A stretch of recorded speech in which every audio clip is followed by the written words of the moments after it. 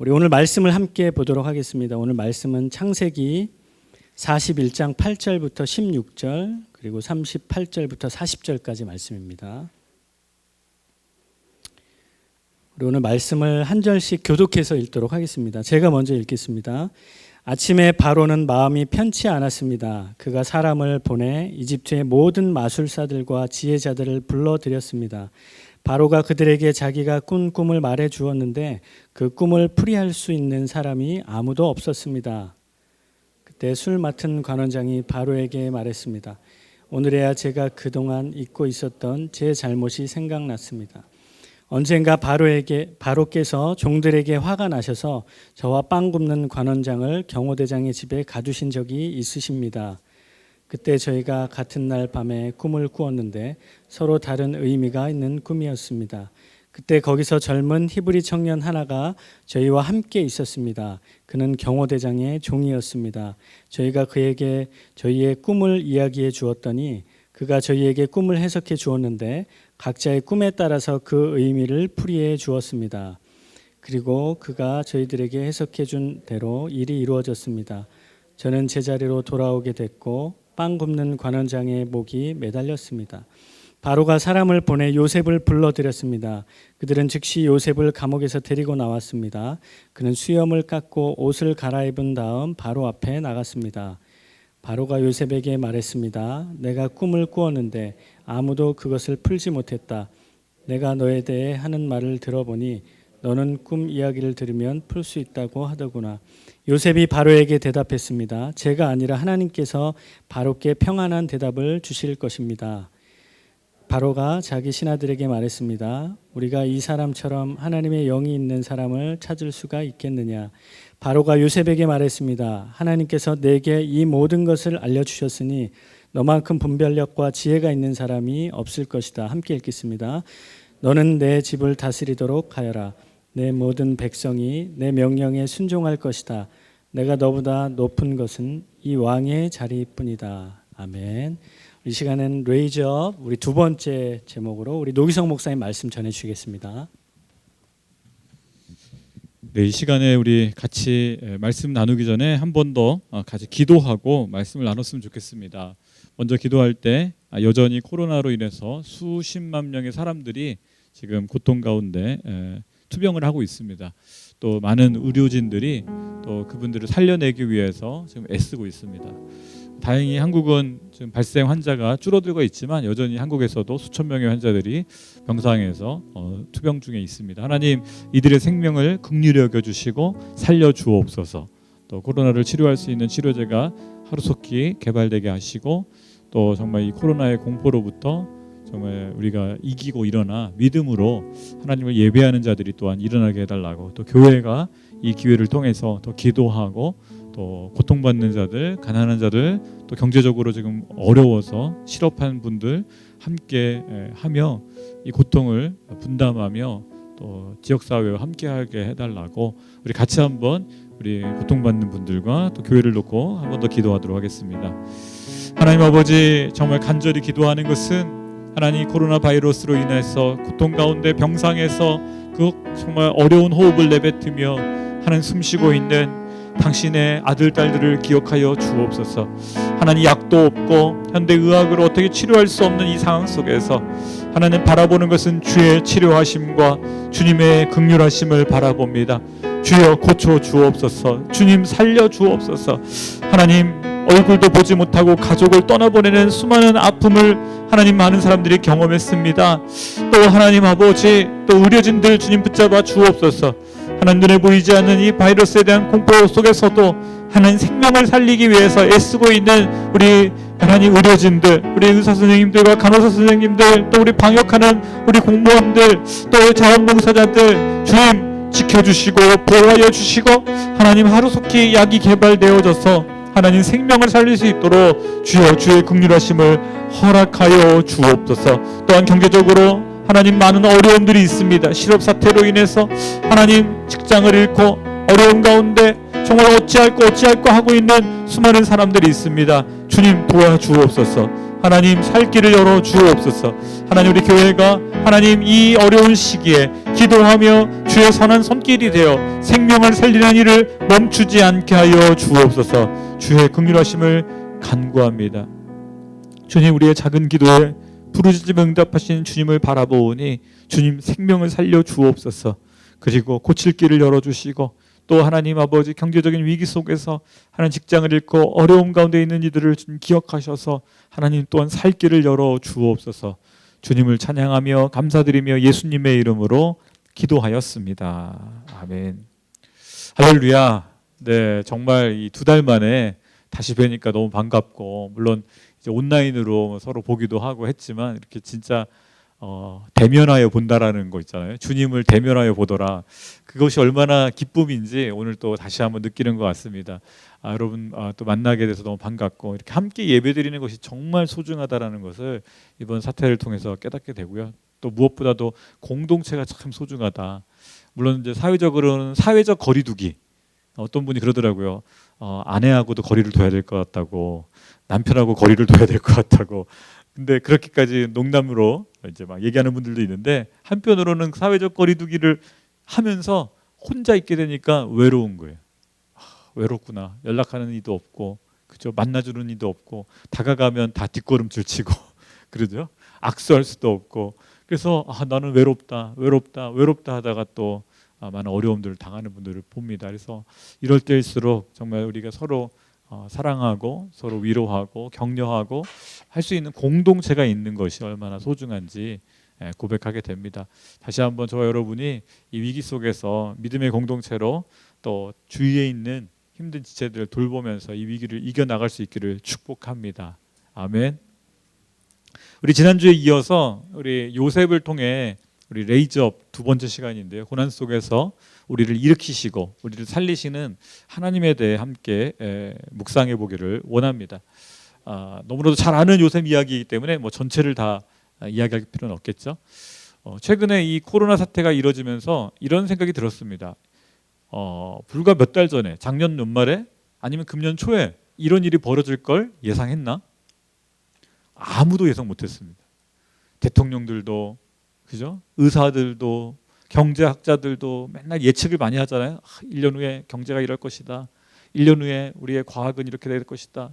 정치 뭐 안 그랬겠습니까? 선거 준비하면서 작년부터 준비했는데, 그러나 모든 인간의 지도자들의 또 과학자들의 예상을 다 깨고 1월, 2월 코로나 사태가 중국에서 시작돼서 이렇게 점점 퍼져나가면서, 사실 처음에 미국이나 유럽에 있는 지도자들은 아주 우습게 봤죠. 이건 아시아 사람들만 걸리는 거다 이러면서. 그런데 지금은 뭐 전 세계가 이 코로나 사태로 고통을 당하고 있죠. 그런 생각이 들었습니다. 우리의 과학이 아무리 발전하고 우리의 뭐 AI가 발전해도 참 바이러스 하나, 눈에 보이지 않는 그거 하나에도 온 세계가 무너지는 우리의 연약함, 우리의 무력함. 정말 하나님이 생명을 지키지 아니하시면 한 호흡도, 그죠? 우리 마음대로 내뱉을 수 없고 우리가 마음껏 살 수 없구나. 정말 저는 그런 생각이 더 들었습니다. 정말 하나님 안에 살아야, 믿음 안에 살아야 위기 속에서도 견딜 수 있고 이길 수 있지, 그렇지 않다면 인간의 삶은 허망하구나, 허망하게 갈 수 있구나. 최근에 또 며칠 사이에 북한에서도 지금 김정은이 어떻게 됐는지 온갖 뉴스가 나오고 있죠.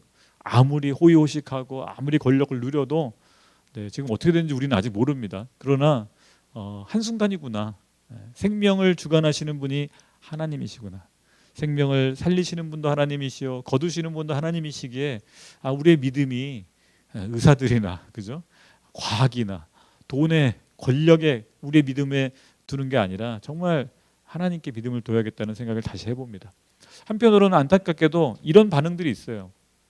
어떤 분들은 이제 무신론자죠. 신을 믿지 않는 분들은, 야 진짜 신이 살아있다면, 하나님이 살아있다면 이렇게 수백만의 사람들이 수십만의 고통을 당하는 걸 왜 가만두느냐, 그게 진짜 하나님이냐, 그러면서 신은 없다, 아주 이렇게 냉정하게 무신론적으로 막 하는 사람들이 있어요. 또 한편으로는 반대의 극단도 있습니다. 하나님이 나를 지켜주시니까 난 바이러스에 안 걸릴 거야. 지난번에 어떤 인터뷰에 그런 장면이 나왔어요. 제가 좀 약간 뭐라고 표현해야 되나요? 섬뜩하더라고요. 너무 맹신주의 있잖아요. 이 모습도 사실은 건강한 모습은 아니죠. 그러면 건강한 크리스찬의 모습은 뭔가? 하나님을 향한 믿음을 지키면서 동시에 우리가 할 수 있는 최선을 다하는 거죠. 마스크도 쓰고 소독도 하고 방역도 하고, 이것이 믿음 없는 행위가 아니라 최선을 다하는 것이죠. 근데 이런 모습을 저는 사실은 성경에서 요셉을 통해서도 발견하게 됩니다. 여러분, 요셉이 형들이 하나님을 모르는 사람들이었나요? 아니었죠. 다 그 가정에서 하나님 얘기하고 믿음의 조상 아브라함과 이삭 얘기 다 하고, 어떻게 보면은 그 전체 가나안에서 하나님을 믿는 사람들은 그 가족들밖에 없었어요. 사실은 요셉의 형들 다 하나님을 알았던 사람들이잖아요. 근데 그 형들이 요셉을 팔았어요. 인신매매, 그것도 이스마엘 사람들한테, 이방 상인들한테. 그리고 노예로 팔려갔을 때 그 배신감, 믿었던 형들에게, 믿었던 가족에게, 믿었던 믿음의 사람들에게 배신당했을 때 그 배신감. 그러면은 어떤 생각이 들까요? 하나님 정말 살아계시나? 하나님 안 살아계실 거야. 하나님 없어. 아니, 나름대로 또 열심히 믿음을 지키려면서 몸부림치면서 노예였지만 열심히 일을 했죠. 성실하게 최선을 다했어요. 인정받았어요. 그것도 누구에게요? 하나님을 모르는 주인에게. 이집트의 신을 섬기는 보디발 장군에게 인정을 받고 그 집의 가장 높은 관리인이 되죠. 그런데 어떻게 됩니까? 또 한순간에 성추행범으로 몰려서 억울한 죄수가 돼서, 죄는 없죠. 죄 없는 죄수가 돼서 또 감옥에 떨어질 때 그의 믿음이 얼마나 흔들렸을까? 하나님 정말 살아계시나? 내 열심히 그렇게 애썼는데 어떻게 이런 일이 나한테 벌어지는가? 그러면서 어찌 보면 요셉의 세계관, 요셉의 마음을 생각해 본다면 믿음이 무너질 수 있는 큰 두 번의 고난이 그의 삶에 찾아왔어요. 감옥에서 요셉은 또 최선을 다합니다. 거기서 맡겨진 죄수 신분이지만 해야 될 일을 열심히 하고, 아마 청소도 열심히 했을 거예요. 그냥 막 포기하고 하나님 없어 이렇게 살지는 않았던 것 같아요. 열심히 청소도 하고 다른 죄수들도 돌보고 하니까 어떻게 해요? 죄수를, 이 감옥을 총괄하는 사람이 그에게 모든 걸 맡기죠. 심지어는 바로 왕의 빵 맡은 사람과 술 맡은 관원이 그 감옥에 들어왔을 때도 그들을 시종 들도록 보디발이 요셉에게 맡깁니다. 그랬을 때 그는 자신의 최선을 다합니다. 그러나 바로에게 나의 억울함을 좀 얘기해 주세요. 그냥 막연하게 운명론적으로 하나님이 날 살리실 거야, 기도만 해야지, 이게 아니라 그는 무신론자도 아니요, 운명론자도 아니요, 어찌 보면 믿음을 붙잡지만 동시에 최선을 다했어요. 자신의 인간적인 방법일지 모르지만 술 맡은 관원과 빵 맡은 간원에게 관심을 갖고 최선을 다했어요. 제가 성경을 보니까 40장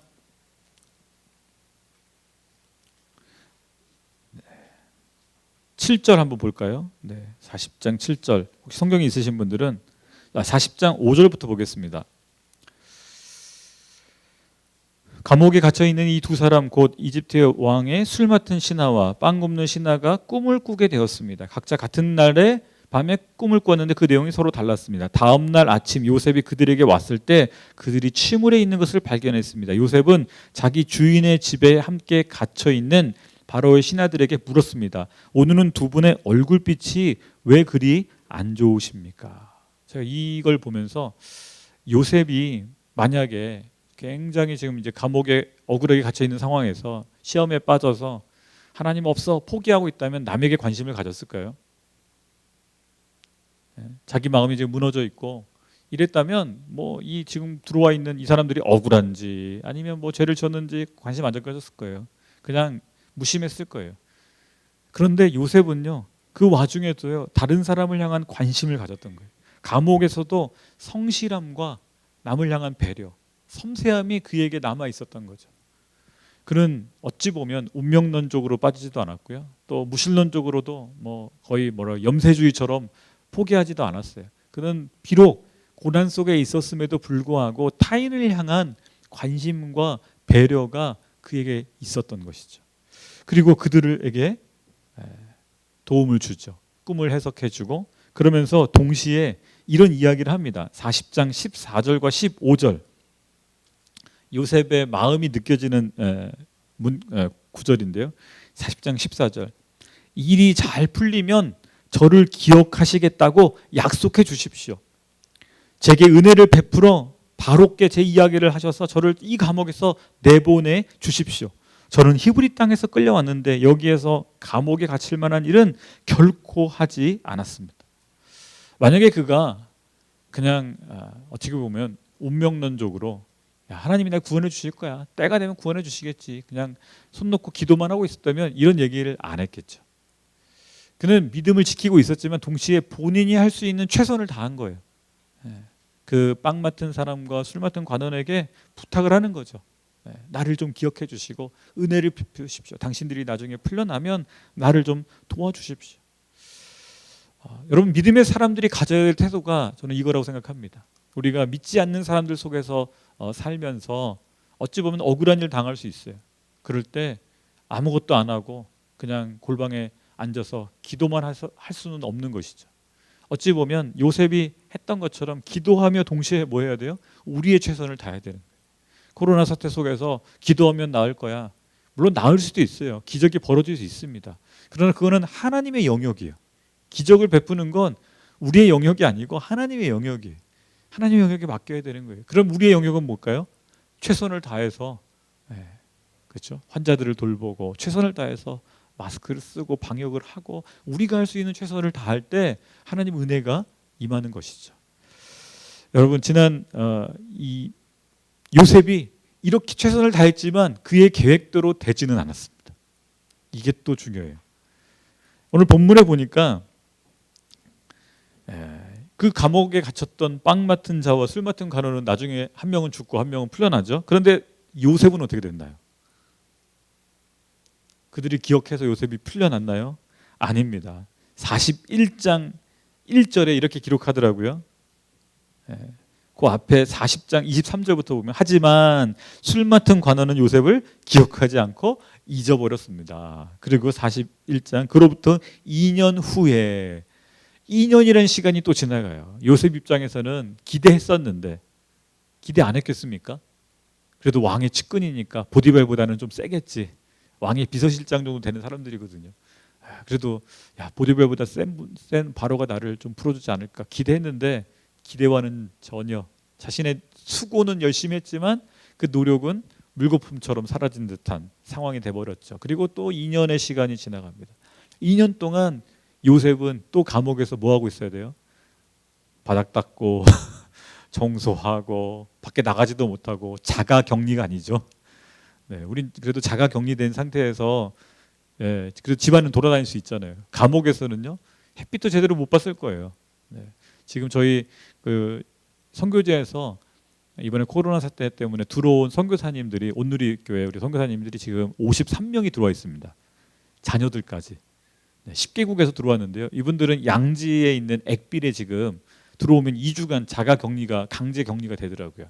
그런데 아시는 분은 아시겠지만 그 양지에 있는 숙소가 굉장히 작아요. 원룸인데 이렇게 방 하나에 이게 화장실밖에 없어요.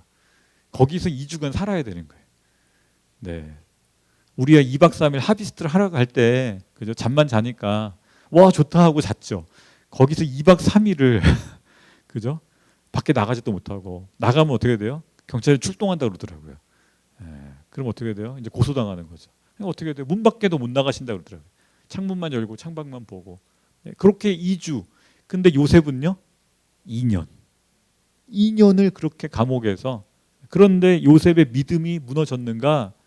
안 무너졌죠. 안 무너졌죠.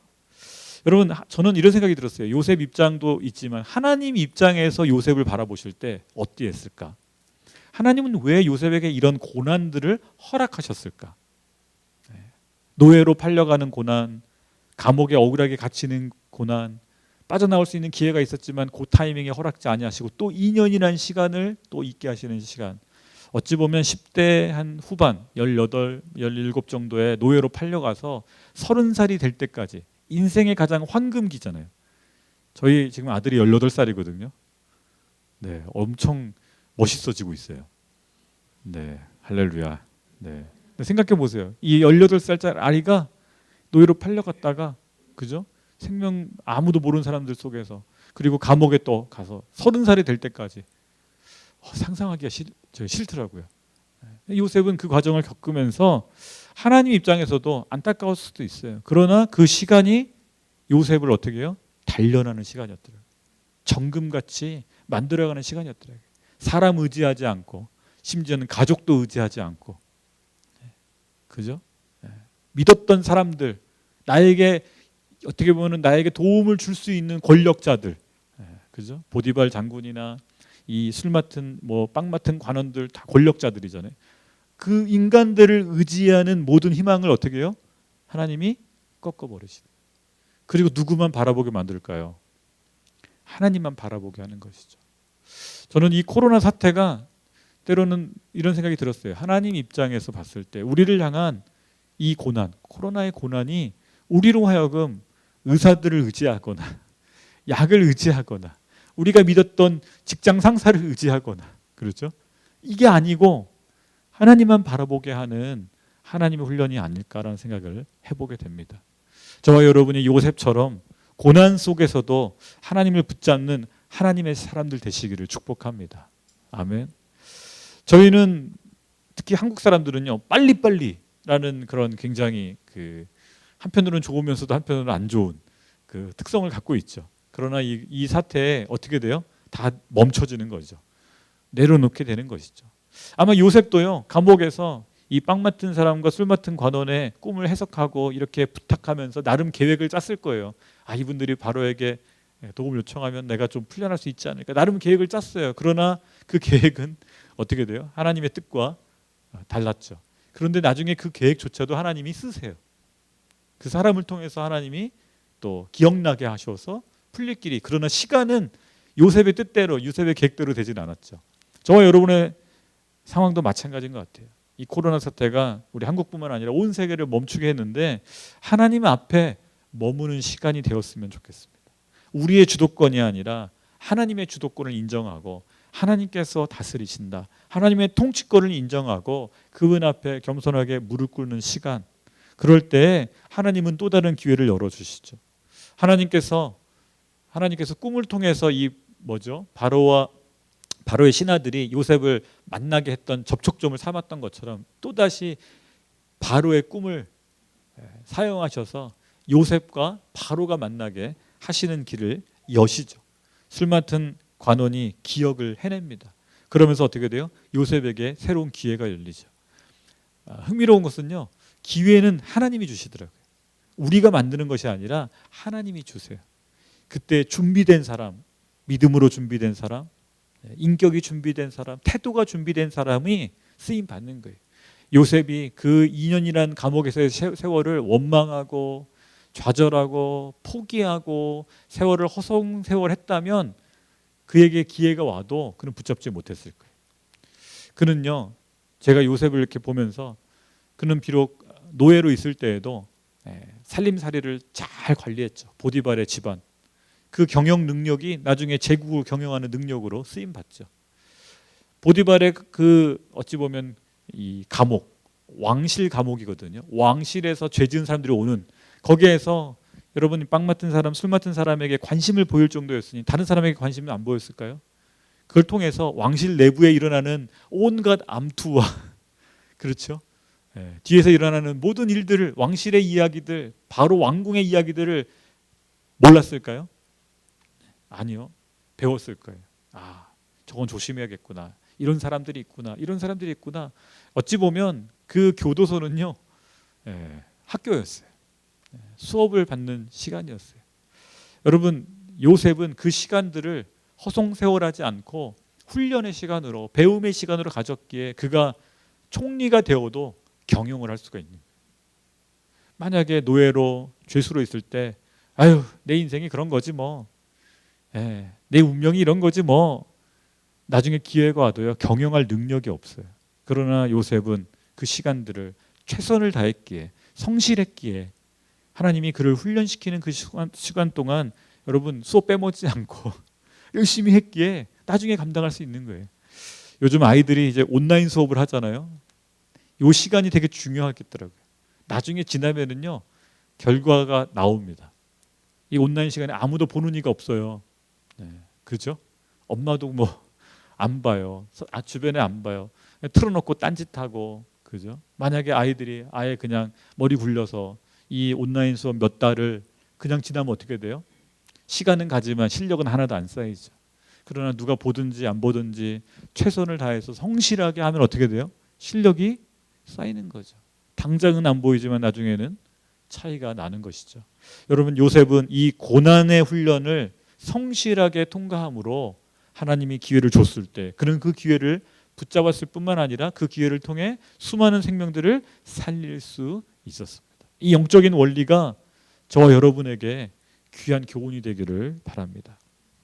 오늘 요셉의 태도를 한 번 더 살펴보고 싶은데요. 4장 16절을 한번 보겠습니다.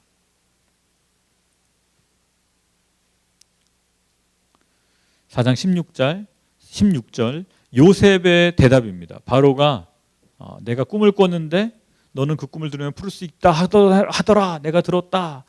16절에 요셉이 이렇게 말하죠. 같이 읽어볼까요? 시작.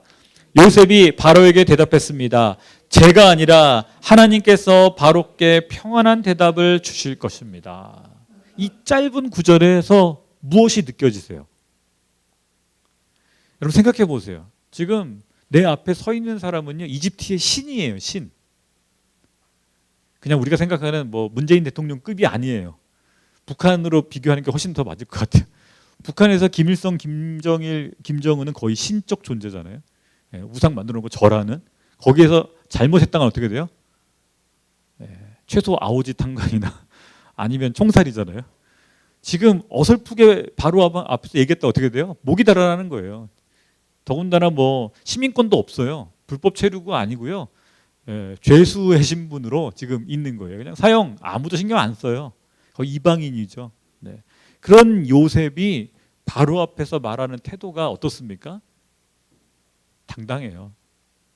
근데 그 당당함 뒤에는 뭐가 있어요? 내가 답을 주는 게 아닙니다. 내 지혜로 말하는 것이 아닙니다. 자신을 부정하죠. 자신의 능력을 내려놓습니다. 내 지혜가 아니라 누가 주신다고요? 하나님께서. 주인공이 누구예요? 하나님이에요. 저는 이 단어 한 단어 속에서 요셉의 신앙을 보고 요셉의 태도를 보고 요셉의 인격이 느껴지더라고요. 하나님께서 바로에게 평안한 대답을 주실 것입니다. 지금 이 왕궁에는요, 지금 그 자리에는요, 하나님을 믿는 사람이 한 명도 없어요. 바로의 왕궁에 바로 왕뿐만 아니라 옆에 있는 군인들, 수많은 장관들, 그죠? 지혜자들 쫙 서 있을 거 아니에요? 여호와 하나님에 대해서 아는 사람이 한 명도 없는 자리예요. 나는 지금 어떤 모습이에요? 죄수예요. 공식 성추행범. 그것도 노예 출신에. 아무것도 없는 거죠. 백도 없고 능도 없고 학력도 없고 진짜 아무것도 없는 이 요셉이 지금 바로왕에게 뭐라고 말해요? 하나님께서 바로왕 당신에게 누가 누구 해줘요? 하나님이 바로왕에게. 바로도 신인데. 여러분 모세 이야기를 기억하세요? 모세 때 바로가 뭐라고 합니까? 야 도대체 여호와가 누구냐? 난 그런 신 들어본 적이 없다. 내가 신인데 라면서 여호와 이름을 아주 무시했던 바로왕의 태도를 여러분 기억하십니까? 여러분 그것보다 더 앞선 세대예요. 더 수백 년 전이에요. 이땐 바로왕이요 절대 태양신 라에요라. 태양신이에요. 그런 사람 앞에 당신보다 뛰어난 하나님께서 당신에게 대답을 주실 것입니다. 왕의 권위보다 더 높은 권위를 말하고 있는 거예요. 여러분 생각해 보십시오. 10여 년의 세월을 노예로 감옥에 갇혔던 사람, 뭐 신학교 다녀서 뭐 예수제자 학교 다녀서 이런 믿음의 고백이 나오는 게 아니죠. 여러분 그의 믿음이 도리어 감옥에서 홀로 있을 때 성장하는 거예요. 홀로 있을 때. 여러분 그 10몇 년의 세월 동안 기적은 한 번도 없었습니다. 요셉의 인생을 잘 묵상해 보세요. 기적이 한 번도 없었어요. 성경을 볼 수 있는 기회도 물론 성경 자체가 없었잖아요. 옆에 믿음의 사람도 한 명도 없었어요. 믿음을 나누고 날 위해 중보 기도해줘 말할 수 있는 사람이 하나도 없었어요. 자가 격리 상태로 거의 감옥에서 2년 동안 믿음에 대해 누군가 뭐 큐티 나눔할 수 있는 사람도 없었어요. 근데 그가 10여 년의 세월을 믿음을 지킬 수 있었던 건 비결이 뭐였을까요? 저는 기도라고 생각해요. 그가 기도했기에, 그가 홀로 있었지만 기도했기에. 이 코로나 사태 속에서 우리가, 여러분 때로는 성경을 읽을 수도 없고, 지금 우리야 뭐 온라인 예배도 보죠, 뭐 드라마 바이블도 듣지요, 그죠? 서로 카카오톡으로 뭐 믿음의 격려도 하죠. 그러면서, 하지만 요셉의 입장을 생각해 본다면 10여 년의 세월 동안 믿음의 사람이 하나도 없는 그 이방 사회에서 믿음을 지킬 뿐만 아니라 믿음이 깊어지고 할 수 있었던 건 한 가지인 거죠. 기도했기 때문에, 하나님과 친밀하게 대화했기 때문에. 내가 당신의 꿈을 해석하는 것이 아니라 하나님께서 꿈을 해석해 주실 것입니다. 저와 여러분에게 이 믿음이 있기를 축복합니다. 아멘. 그런데 이 고백이요, 한 번만 있지 않아요. 제가 이게 더 참 감동이 되더라고요. 16절만 있는 게 아니고요, 25절에서도요 요셉이 바로에게 말했습니다. 바로의 꿈은 다 같은 것입니다. 하나님께서, 주인공이 또 하나님이에요. 하나님께서 이제 하시고자 하는 일을 바로에게 보여주신 것입니다. 또 하나님 얘기를 해요. 또 28절에서도요, 제가 바로께 드린 것과 같이 이것은 하나님께서 이제 하시고자 하는 일을 바로에게 보여주신 것입니다. 32절에서도요, 이 꿈이 바로에게 2번이나 반복해서 보인 것은 이 일은 하나님께서 결정하셨고 하나님께서 이 일을 서둘러 행하실 것이기 때문입니다. 하나님께서 결정하셨다. 바로가 결정하는 게 아니에요. 바로의 왕궁의 이야기예요.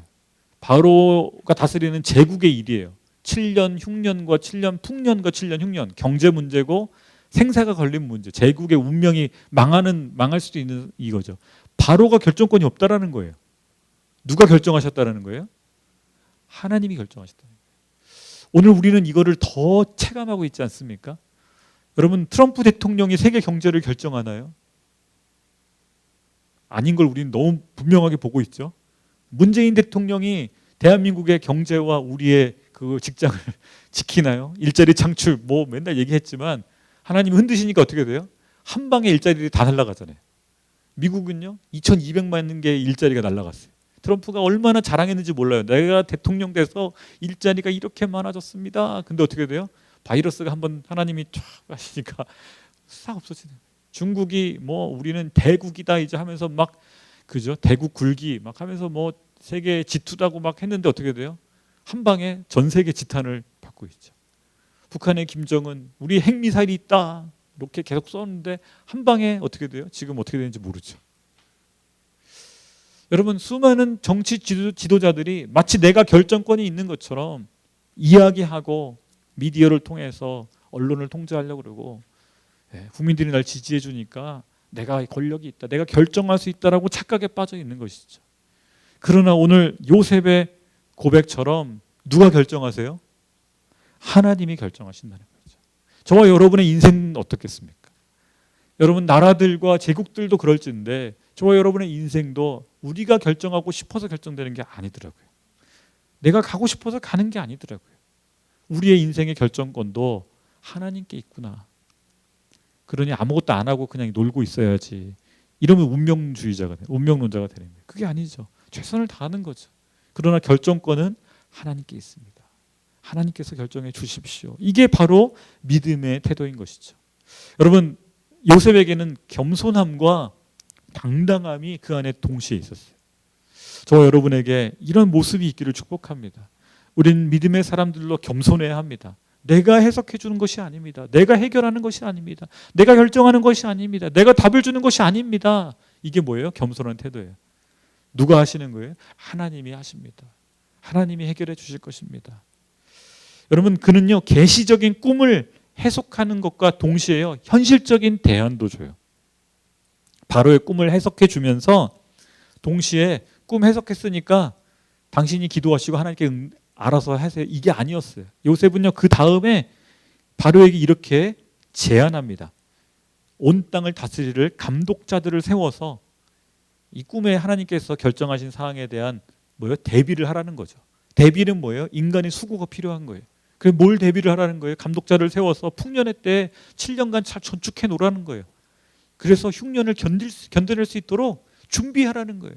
여러분, 믿음의 사람은 준비하는 사람입니다. 맹목주의 신앙으로 가면은요, 운명론적으로 가면은 준비를 안 해요. 하나님이 알아서 해주실 거예요. 그리고 아무것도 안 하. 이건 게으른 거예요. 믿음 있는 게 아니에요. 여러분, 요셉은 분명히 계시적인 꿈에 대해서 해석해주면서 하나님께서 결정하셨고 하나님이 이렇게 하십니다. 그러냐 그냥 하나님만 바라보고 계십시오. 이렇게 말하지 않았어요. 우상 다 부시고 지금 빨리 하나님께 여러분 성전을 짓고 하나님만 섬기시 이렇게 말하지 않았어요. 현실적인 대안을 준 거예요. 그게 뭐예요? 합리적인 대안. 7년의 흉년을 대비하라는 거죠. 준비하라는 것이죠. 저축을 하라는 것이죠. 여러분, 우리 믿음의 사람들은요, 균형 잡혀야 돼요. 하나님을 향한 믿음과 우리의 수고가, 우리의 준비가 같이 가야 돼요. 우리의 성실함과 하나님을 향한 믿음이 같이 가야 돼요. 한쪽으로 치우쳐서는 안 됩니다. 하나님을 무시하고 우리의 성실함과 우리의 준비만 쌓으면 뭐가 돼요? 무신론자가 되는 거예요. 거꾸로 준비는 안 하고 하나님이 알아서 하실 거예요. 어떻게 돼요? 운명론자처럼 돼버리면 이것도 극단과 극단은 위험한 겁니다. 믿음을 붙잡고 동시에 준비를 해야 되는 거예요. 요즘은 이런 얘기를 하고 싶어요. 한 손에는 성경을, 한 손에는 마스크를, 한 손에는 성경을, 한 손에는 손소독제를. 진짜 이런 얘기 하고 싶어요. 이래야 돼요. 축복합니다. 저와 여러분이 요셉처럼 믿음의 사람으로 준비하기를 축복합니다. 마지막으로 38절에서 40절 한번 보겠습니다. 바로가 자식이 신하들에게 말했습니다. 우리가 이 사람처럼 하나님의 영이 있는 사람을 찾을 수가 있겠느냐. 얼마나 놀라운 인정입니까? 바로가 요셉에게 말했습니다. 하나님께서, 주인공이 누구예요? 하나님이죠. 내게 이 모든 것을 알려주셨으니 너만큼 분별력과 지혜가 있는 사람이 없을 것이다. 진짜 엄청난 인정을 받고 있죠. 너는 내 집을 다스리도록 해라. 이 모든 백성이 내 명령에 순종할 것이다. 내가 너보다 높은 것은 이 왕의 자리뿐이다. 자칭 신이라고 불리는 남자 바로 왕, 신의 아들, 그죠? 태양신의 아들인 바로 왕이 지금 인정하는 거예요. 하나님께서 결정하셨으니 하나님께서 이걸 하시겠구나. 그러면서 어떻게 해야 돼요?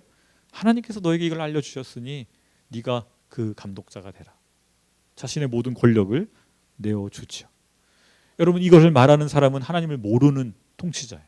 하나님을 알지 못했던 자예요. 처음 아마 요셉을 통해서 하나님이라는 신에 대해서 아마 바로왕은 이날 처음 들었을 거예요. 그럼에도 불구하고 요셉을 통해서 주시는 그 말의 권위, 하나님께서 주시는 그 권위 앞에 이 신이라고 불리는 남자가 어떻게 돼요? 순복하는 거예요. 본인의 무기력함을 알게 해요. 내 꿈도 내가 해석 못하는데. 생각해 보세요. 내 꿈도 내가 해석을 못하고, 그렇죠? 내 나라의 운명도 내가 대비를 못하는데 하나님께서 하시는구나.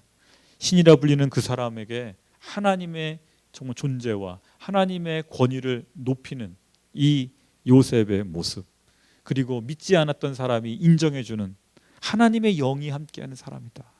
너와 같은 자가 우리 땅에 없다. 그래서 어떻게 됩니까? 죄수의 신분에서 이집트의 총리로 인생 역전이 이루어지죠. 이것이 바로 하나님의 기적인 것이죠.